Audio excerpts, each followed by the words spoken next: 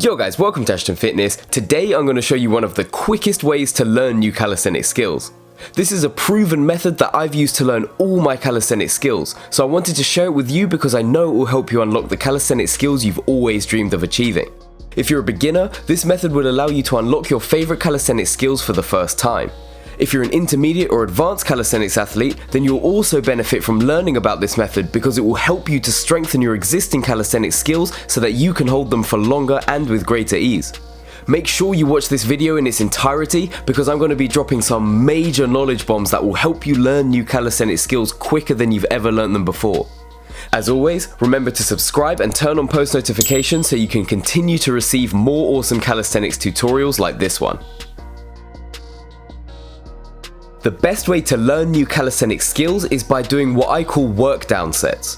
WorkDown sets involve starting with the hardest variation of a calisthenics skill you can do and then working your way down to easier exercises as your workout progresses and as your muscles become more fatigued. I first became aware of WorkDown sets after watching Dominic Sky's front lever training video. In this video, he does 30 sets of front lever variations. He starts off with the full front lever and then works his way down doing easier variations as the sets progress and his muscles become more fatigued. After watching this video, I incorporated this style of training into my own training with great success. Although he doesn't call them workdown sets in his video, I thought that the name workdown sets was the most appropriate for this style of training. It was the workdown set that allowed me to unlock the front lever for the first time after years of attempting it, so I recommend this style of training because I know from first-hand experience that it works. If you're training towards a specific calisthenics skill, you can use workdown sets to help you learn it faster. As previously mentioned, workdown sets involve starting with the hardest variation of the calisthenics skill you're learning and working your way down to easier variations as the sets progress and your muscles fatigue. To elaborate further, let's use the front lever as an example. Let's say the hardest variation of the front lever you can hold is the advanced tuck front lever. Using the workdown sets method, you would hold this variation for a few sets until you can no longer hold it with proper form. For me, it usually takes about 3 to 5 sets before my form starts to deteriorate. However, if you're learning a calisthenics skill for the first time, then you may only be able to hold the hardest variation with good form for one set. That's perfectly normal. The main thing is that you just hold the hardest variation you can with good form for as many sets as you can. Once you can no longer hold the hardest variation with good form, then move down to the next easiest exercise or variation of the calisthenics skill you're trying to learn. In my case, the next easiest exercise is pull-up rows. I find them slightly easier than the advanced tuck front lever, so in this example I did 4 sets of pull-up rows until failure. Until failure just means until I couldn't do any more reps, which ended up being about 10 reps. After I completed the 4 sets of pull-up rows, I moved down to what I consider to be the next easiest front lever exercise, the tucked front lever. I held the tucked front lever until failure for 5 sets, and then I moved down to what I considered to be the next easiest exercise, pull-ups. I did 4 sets of pull-ups until failure, and then moved down again to what I considered to be the next exercise, bodyweight rows. Once I completed 4 sets of 10 bodyweight rows, then I moved down to what I considered to be the next easiest exercise, which was scapular push-ups.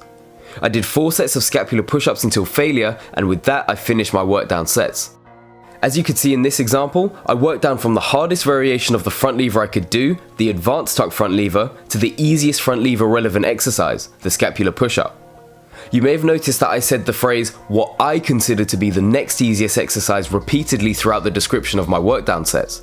This is because my idea of the next easiest exercise may be different to yours. After the advanced tuck front lever, I worked down to pull-up rows because, to me, they're slightly easier than the advanced tuck front lever. You might prefer to do other exercises than the ones demonstrated in this video. If you do, the main thing to remember is that if you're doing workdown sets, you should start off with the hardest variation of the calisthenics skill you're learning and work your way down to easier variations as the sets progress and your muscles fatigue.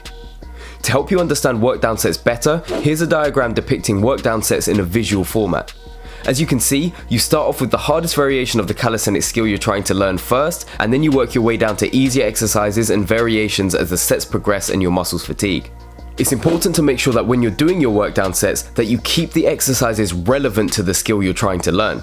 For example, if you're training for the front lever, you want to do exercises that strengthen the muscles involved in holding the front lever. There would be no point in doing a tucked front lever set and then working down to tricep extensions, for example, because the tricep extensions don't strengthen any of the muscles involved in holding the front lever. The great thing about the workdown set methodology is that it works for all calisthenics skills. For example, you can use workdown sets to learn the L-sit.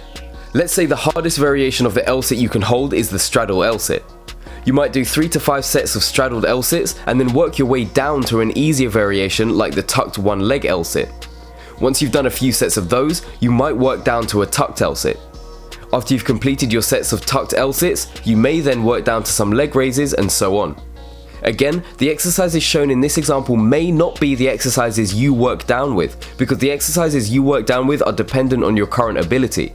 However, the principle remains the same. Start off with the hardest variation of the calisthenic skill you're learning and work your way down to easier variations as the sets progress and your muscles fatigue. Workdown sets aren't only effective for learning calisthenic skills, they're also incredible for strengthening calisthenic skills as well. If you're an intermediate or an advanced calisthenics athlete, you can use workdown sets to strengthen your existing skills. This is because training variations of the skill you're trying to strengthen conditions your muscles to get used to performing that skill. As a result, the next time you go to perform that skill, your muscles will be able to do it with greater ease because the repeated workdown sets will have ingrained it into your muscle memory. So, next time you're working towards a new skill, try workdown sets and you'll be amazed at the progress you make. Thank you for watching, guys. If you found the video helpful, then let me know in the comments below, and if you think your friends would find this video useful, then make sure to pass it on to them. This has been Ashton with Ashton Fitness. Now go do those workdown sets.